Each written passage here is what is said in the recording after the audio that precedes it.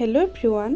আজি লৈছো মই মাটনৰ এটা খুব ধুনিয়া ৰেচিপি খাবলৈ বিৰাট বেছি ভাল হৈছিলে ভাবিলো ৰেচিপিটো শেয়াৰ কৰো তেতিয়া হলে আহকচোন দেৰি নকৰি ৰেচিপিটোলে আগবাঢ়ো তাৰ বাবে মছলাখিনি ৰেডি কৰিছো ইয়াতে মই কেইফুটামান নহৰু লৈছো অকমান আদা লৈছো কেইটামান শুকান জলকীয়া লৈছো এফালমান পিয়াজ লৈছো আৰু অকমান পানী দি এখিনি মই ধুনিয়াকৈ এটা পেষ্ট বনাই লৈছো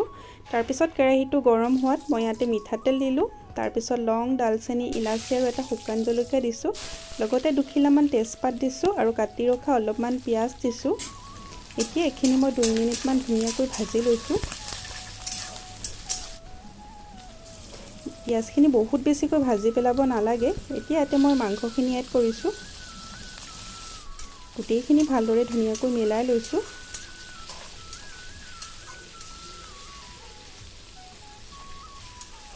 লগতে সোৱাদমতে নিমখটো এড কৰিছো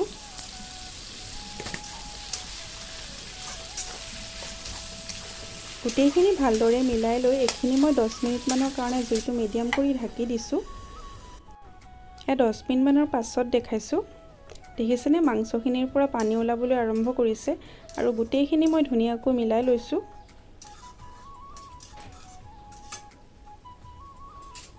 এতিয়া ইয়াতে মই পিছি ৰখা পেষ্টটো দিছো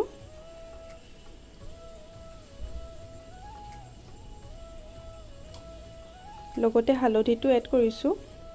1 চামুচ জিৰা পাউডাৰ দিছো 1 চামুচ মিট মছলা পাউডাৰ এড কৰিছো আৰু গোটেইখিনি ভালদৰে মিলাই লৈছো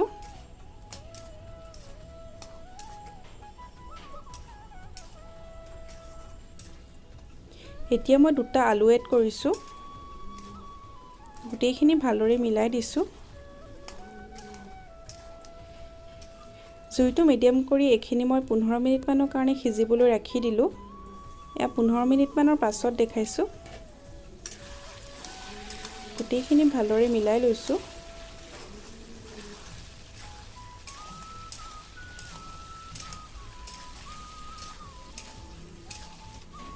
এতিয়া এতে মই বিলাহী পিয়ৰি এড কৰিছো দুটা বিলাহী মই এনেদৰে পেষ্ট কৰি লৈছো গোটেইখিনি ভালদৰে মিলাই লৈছো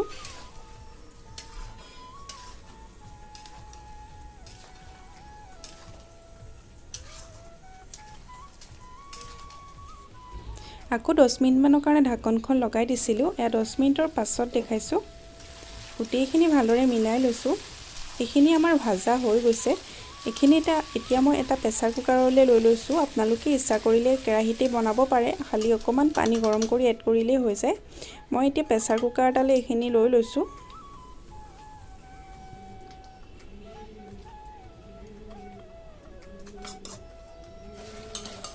এয়া মই প্ৰেছাৰ কুকাৰটোত লৈ লৈছো আৰু 1 গিলাচ মানৰ সমান পানী এড কৰিছো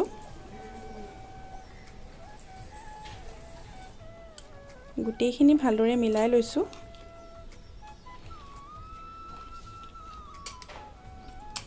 এটো সময়তে অকমান নিমখ এড কৰি দিব যদি কম হৈ আছে মই অকমান চেক কৰি দি দিছিলো মাজতে এতিয়া মই ঢাকনখন লগাই লৈছো আৰু 4টা মান হুইসেল আহিবলৈ বহাই দিলো এয়া হুইসেলটো যোৱাৰ পাছত দেখাইছো দেখিছেনে কালাৰটো ইমান ধুনিয়া হৈছে আৰু মাংসখিনি বহুত বেছি ধুনিয়াকৈ সিজি গৈছে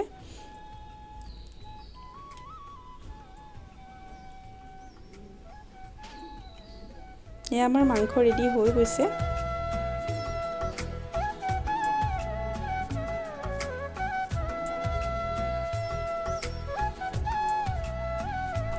যদি আপোনালোকে এইটো পদ্ধতিৰে খাসী মাংস বনাই খোৱা নাই তেতিয়া হলে বনাই খাই চাবচোন খাবলৈ বহুত বেছি ভাল পাব